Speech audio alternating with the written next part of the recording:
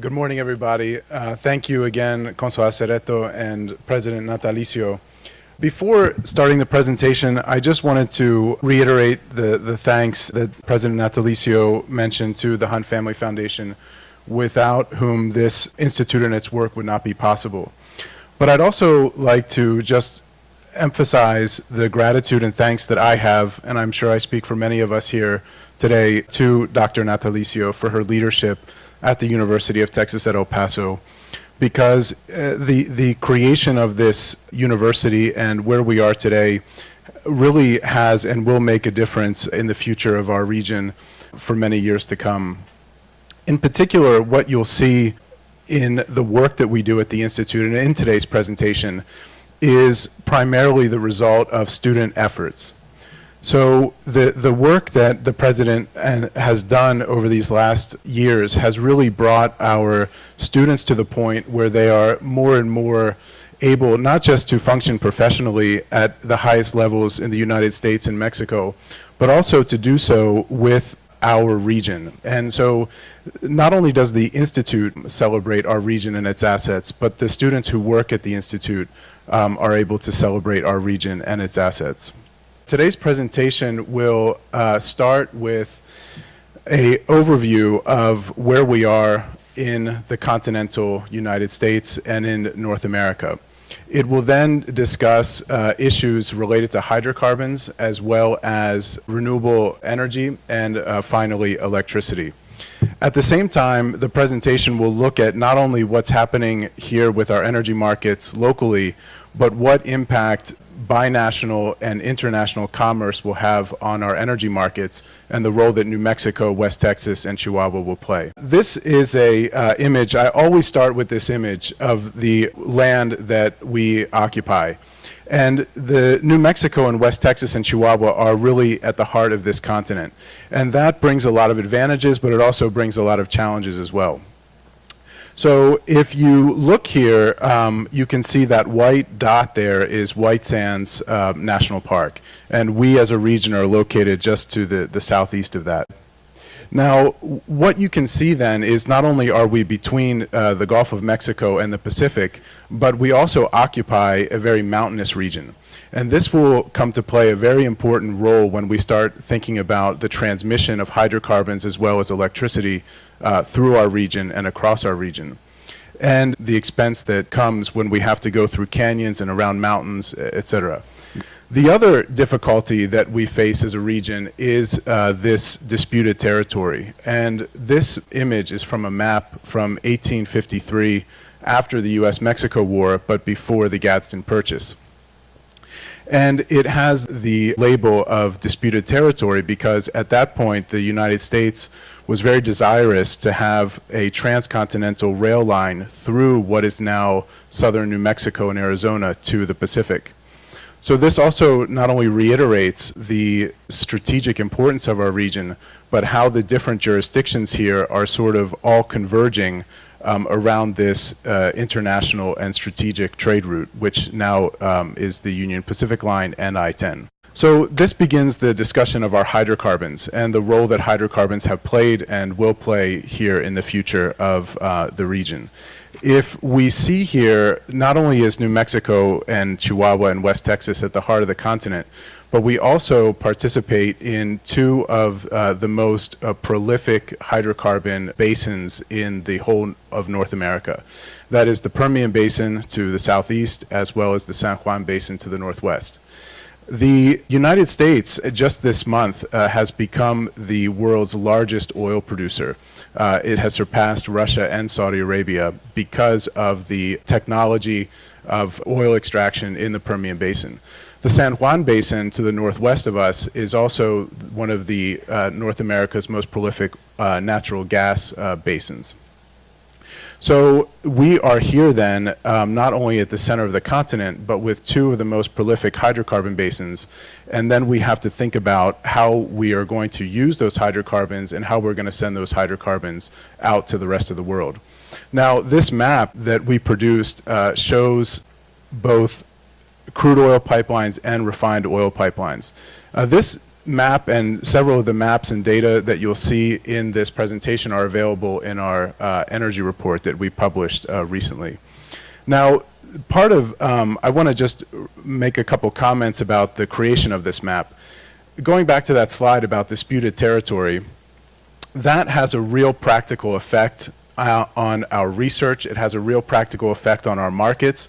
It has a real practical effect on value propositions and even job creation. Because it was impossible for us to find a combined US-Mexico hydrocarbon map. And so what we had to do was we had to access Mexican sources as well as US sources to create this map, so that not only people around the world can understand how our region plays a role with respect to oil and gas, but also so that we here could understand how we are critical to that industry. So we chose blue and orange for obvious reasons. And the blue pipelines are the crude oil pipelines, and the orange pipelines are the refined oil pipelines. Now, you can see here how the oil is mostly flowing east to the Gulf and to the Atlantic coast. But there are some pipelines that come through our region here that serve El Paso and Ciudad Juarez. It's also important to remember that the economy here in our region is highly dependent on hydrocarbons, not only for electricity generation, but also for the trains that just pass here in our backyard. We might hear it throughout the day, like Johnny Cash. But also with respect to the truck fleets and the trailers that use diesel and gasoline to get the goods from Ciudad Juarez throughout the country, or even for the trains that pass through Santa Teresa and El Paso. So we can see here also that there's a refinery in El Paso that serves Ciudad Juarez. So Chihuahua does not have the same amount of hydrocarbon deposits as the Permian Basin. And so it is almost entirely reliant upon Permian Basin and Texas oil and natural gas for its economy. So this, again, is something that is really important to highlight through our work about this really intrinsic reliance that we have on one another here in the region, not just for the well-being of our families, but for the well-being of both countries. So that's, I think, an important element to remember when we're talking about a regional cooperation and integration. And that refined oil doesn't just stop at Juarez, it goes all the way down into Chihuahua. And Mexico, and things might change with the incoming president, but the refineries in Mexico are located, again, mostly on the eastern part of Mexico toward the Gulf Coast. So as you go into western Mexico, they're going to be ever more reliant upon U.S. industry and U.S. infrastructure to supply their economies with oil and gas. This image is a natural gas pipeline map that we created. And again, it was the same problem of having to access different regulatory authorities and different mapping systems to create one unified structure. So what's happening in Mexico, and going back to that slide about disputed territory, that issue of different jurisdictions in our region, as I mentioned, creates different value propositions. So, 25 years ago, as NAFTA was coming into force, many foreign investors found a lot of value in investing in industrial facilities in northern Mexico and northwestern Mexico. And as we know, Ciudad Juarez has expanded tremendously because of this foreign direct investment and this value proposition. Now, what that means then is that in order to continue the industrial activity in Ciudad Juarez, they need more and more electricity, and they need cheaper electricity. So as the consul was mentioning in his open remarks, in 2013, the Mexican government engaged in a major national electricity or energy reform. Part of that was to change the input for electricity generation from combustóleo, which is a heavy diesel and fuel mix, to natural gas. Well, where's Mexico going to get the natural gas from? They're going to get it from the Permian Basin. And where's the Permian Basin? It's in our backyard, essentially, or the San Juan Basin. So you can see here, now the orange lines, again, we chose blue and orange for obvious reasons. The orange lines are the ones that are coming online, and the blue ones are the ones that are existing.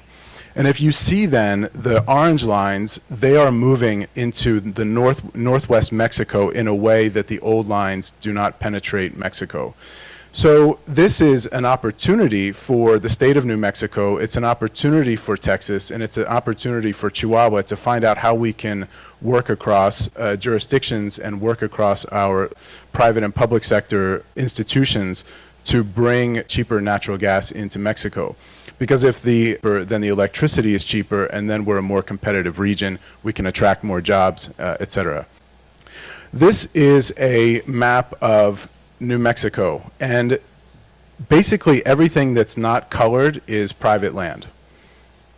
So this is important because New Mexico has a very, very large presence of federal land and state land within the state. Now, that slide again about disputed territory, you're going to think I'm in love with that slide, but I think it's really important to remember where the disputes are and then how to mediate and resolve the disputes. So not only do we have disputed territory between, New Mexico and Texas, or New Mexico and Chihuahua, U.S. and Mexico, we also have it within New Mexico, because a lot of this land requires significant regulatory hurdles and a lot of taxes and other kinds of financial implications that make extraction of oil and gas more difficult, or even the generation of renewable energy. This is Texas and the public lands in Texas. So the difference between the public lands in New Mexico and the public lands in Texas is significant. And that is not something that is better or worse, it's just something that we need to take into account when we're thinking about regional energy markets and what that means with respect to extraction and transmission. What we did then in our energy report, and that I can share with you, is we harmonized the different prices with respect to a variety of energy products and also energy indicators.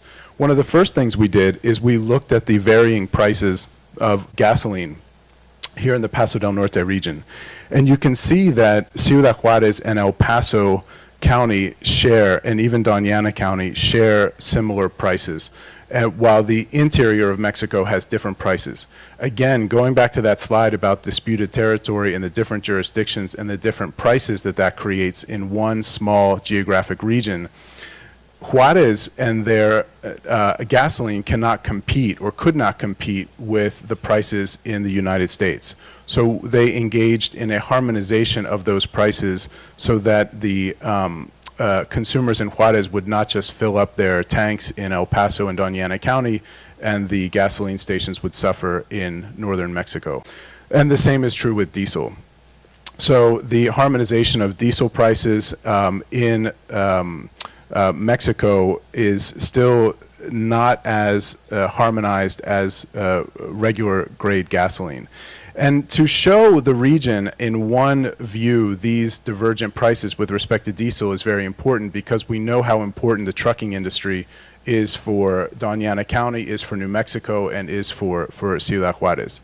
Now, we also then looked at the regular grade sales and average real price for fuel in Ciudad Juarez. We did the same also for natural gas prices. And so you can see here the natural gas in the region varies significantly according to what jurisdiction it's in. Gas Natural de Juarez operates on a concession basis from the Mexico government in a way that is much more restrictive than Texas Gas or the Zia Natural Gas Company. Well, I just want to say a couple words about hydrocarbons before I proceed to renewable energy. And that is with respect to state revenue.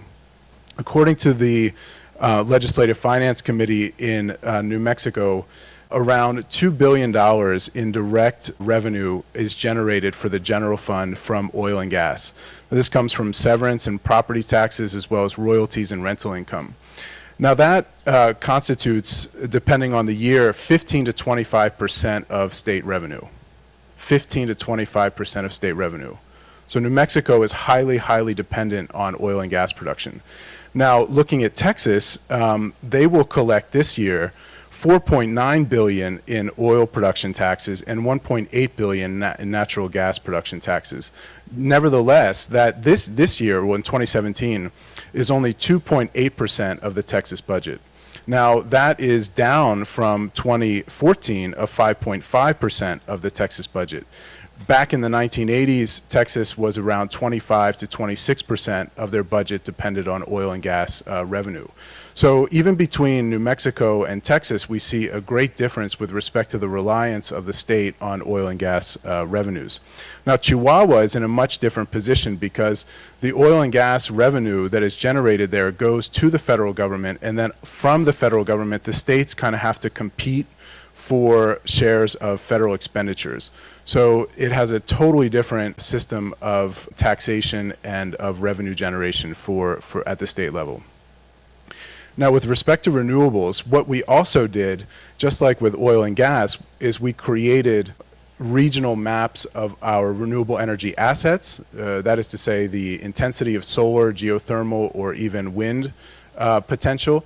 But we also located the public or the private sector generating facilities in the region that rely on those. Okay, so what you can see there is you can see the location of the solar generating facilities, the names of the companies, as well as the output capacity.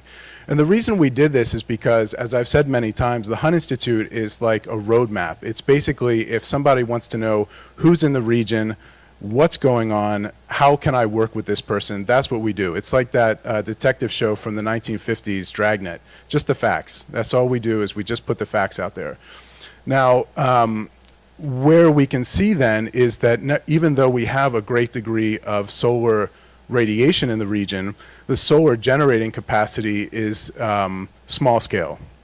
It's not as large as other countries or other regions. The same is true for geothermal. We have a significant amount of geothermal activity in the region, but we really only have one experimental generating facility way out near Lordsburg that I think is about 4 megawatts. Then with respect to wind energy, this tells a much different story. You can see clustered there in the right-hand side of the map a lot of wind generating facilities in Texas. That is part of what we'll talk about in a second, the competitive renewable energy zone that Texas and ERCOT invested a lot of money in to bring wind energy from the plains, this is the West Texas plains, into the load centers in eastern Texas. So again, we're getting into this, we're seeing again the issue of transmission and how we're taking our energy resources from New Mexico or Texas into the east or to the west. Now in New Mexico, we really don't have the same amount of wind energy capacity.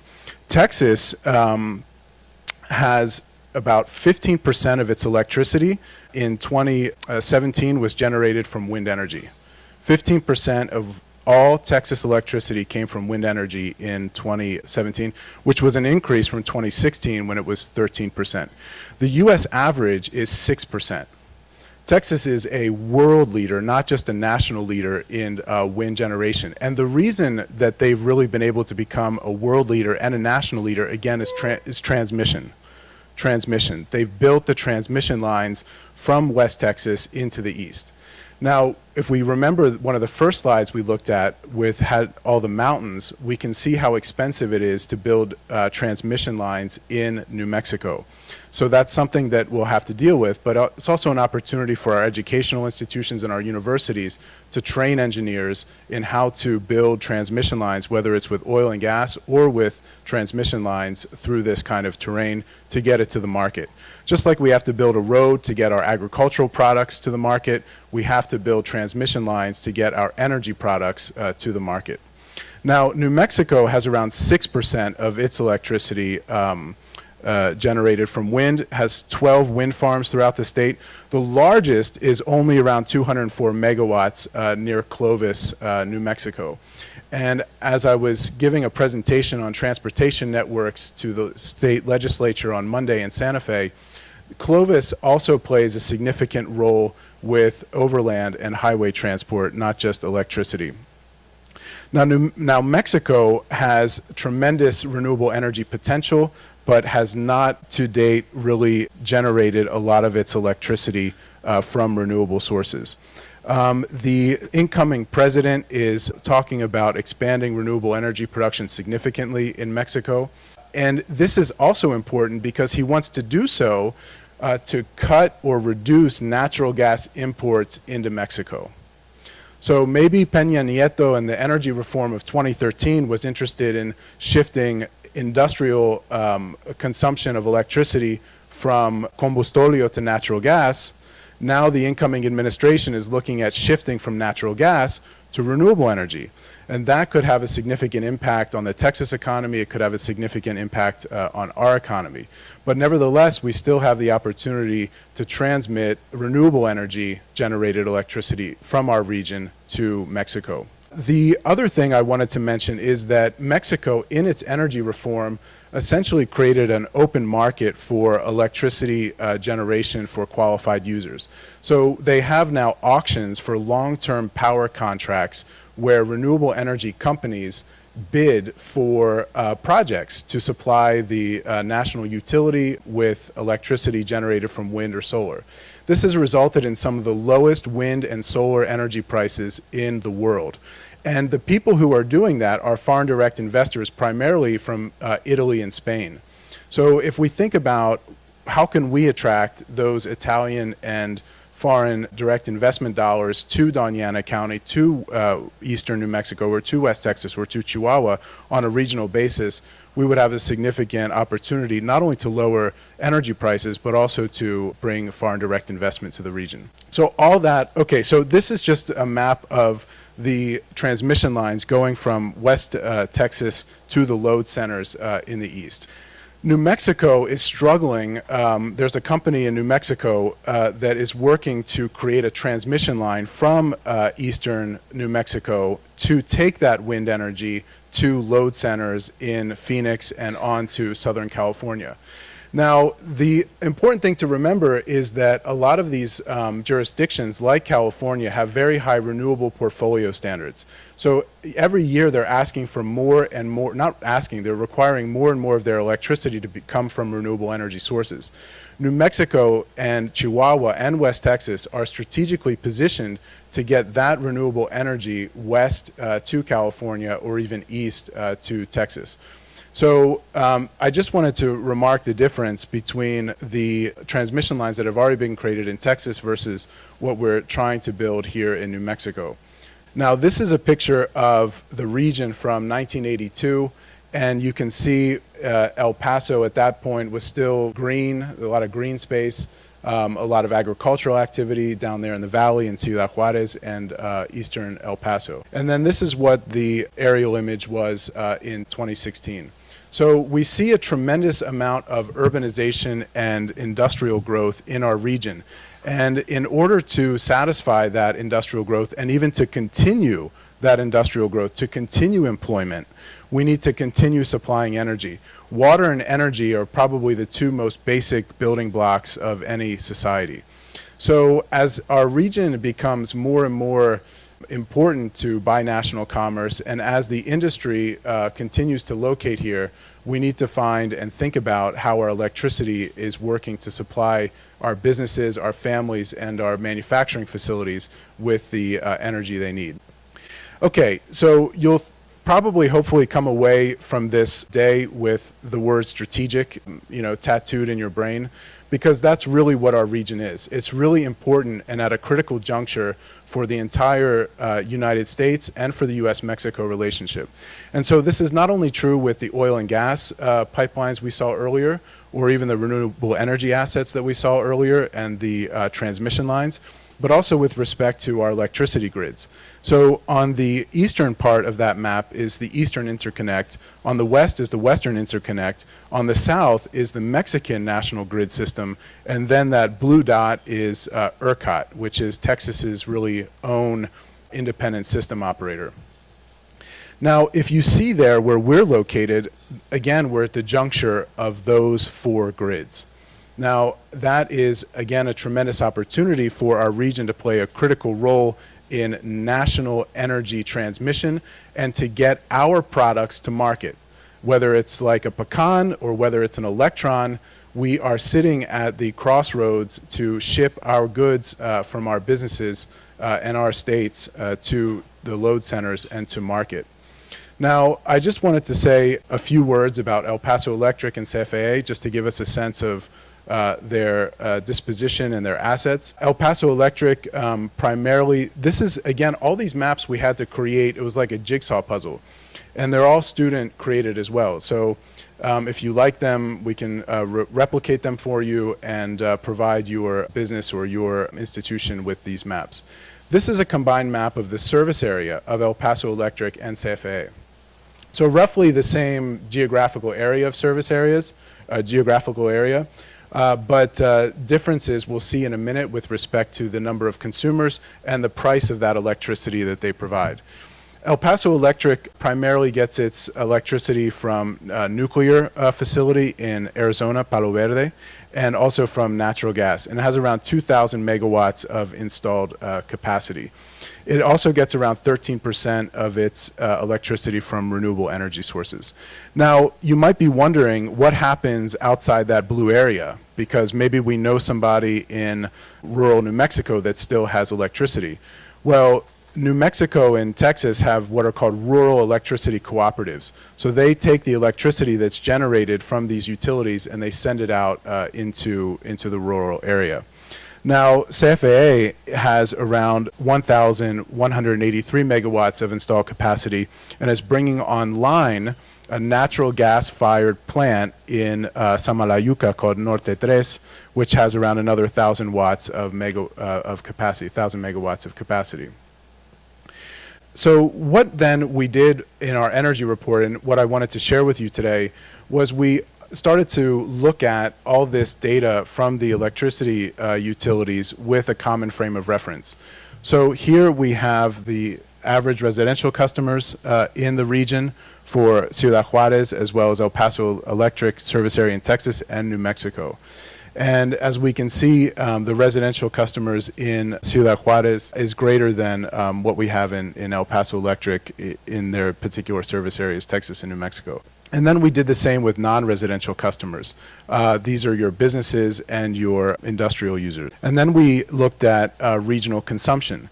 So if I'm a business, or if I'm one of those companies from Spain or from Houston that is looking to invest in the energy sector here, this is news that is of vital importance as they create their business plans and even financial model to make sure that their investments are worthwhile.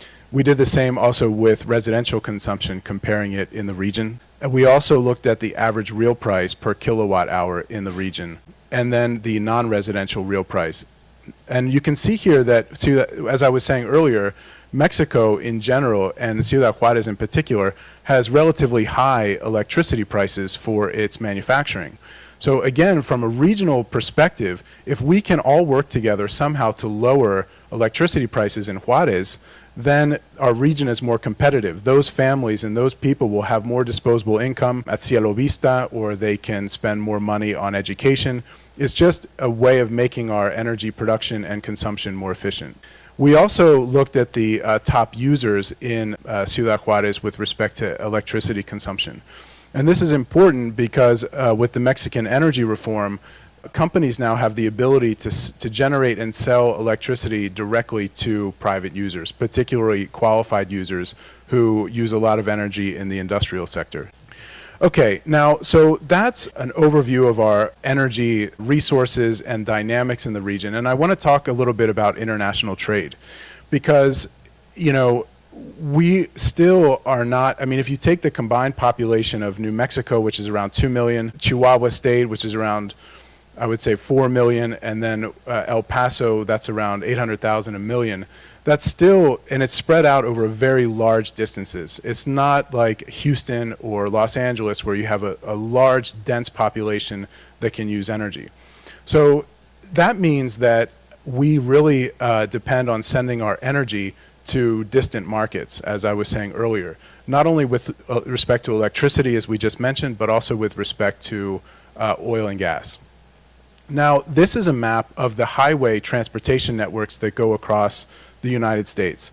And you can see here that I-40, which goes there from Oklahoma City west to Albuquerque and down into Los Angeles, as well as the I-10 corridor that goes from Houston to El Paso to Los Angeles, are some of the two most heavily traveled highway corridors in the United States.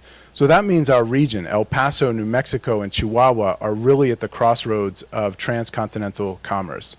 This is also true with respect to the rail networks, both for BNSF and Union Pacific, and we can all go out and see the trains pass here on the mountain behind us. Now, there's a lot going on also in international trade right now that could have a very great effect on our economy, but particularly our energy economy. So, not only does our state in some ways depend on these flows that come through our region, that come through Doña Ana County, that come through Ciudad Juarez, and that come through El Paso, but it also depends on how the market demand is for the products. And the current administration has engaged in a series of escalating tariff battles with not only China, but other countries, particularly Mexico and Canada, and has also decided to renegotiate NAFTA. So this means that this demand that we'll be seeing from these countries in the future is perhaps not as certain as it used to be. Now, particularly with respect to LNG and liquefied natural gas. As I was saying earlier, the Permian Basin and San Juan Basin produce a tremendous amount of natural gas. And countries around the world, not just Mexico, are looking to fuel their electricity production with more and more natural gas, particularly China. The natural gas terminals in the United States and Mexico are located primarily on the east and the Gulf Coast. So there are opportunities not only to extend transportation or transmission networks west to Southern California and create LNG facilities on the Pacific coast, but it also brings to mind the potential threat to LNG demand because of the U.S.-China trade war. Just this week, China, in retaliation for U.S. tariffs, announced a 10% tariff on U.S. liquefied natural gas imports into China. That will decrease the amount of market share that we will see with respect to liquefied natural gas. So what I'm trying to say is that not only does our state and our region, our three states and our region, have a great amount to consider with respect to our own energy markets here, but our own energy markets and the investment in those energy markets very much depend on international markets and the demand for energy across the world. So this is just the closing slide that shows the steady westward industrialization and growth in the North American continent, Mexico, Canada, and the United States. The Paso del Norte region, New Mexico, Texas, and Chihuahua sit at the heart of that continent. So this growth is only going to increase. The volumes on the rail lines are only going to increase. The volumes on the highways are only going to increase. The demand for natural gas is only going to increase. The demand for oil is only going to increase. Now, that presents with us a tremendous opportunity, not only for our businesses, but also our universities and our business community to take advantage of that growth. So, this really whole day today reminds me of this saying that once we saw through a mirror darkly, but now we see face to face. And not only are we seeing face to face with each other and learning about our hydrocarbon, our renewable, and our electricity assets, but we're also learning how these assets and these investments are affected by the world around us and how we can manage those changes. So I hope you enjoy your day today. Thank you again for all of you who made the time to come here. If there's anything that the Hunt Institute can do to help you with your policy or investment decisions, we'll be happy to help. Thank you so much.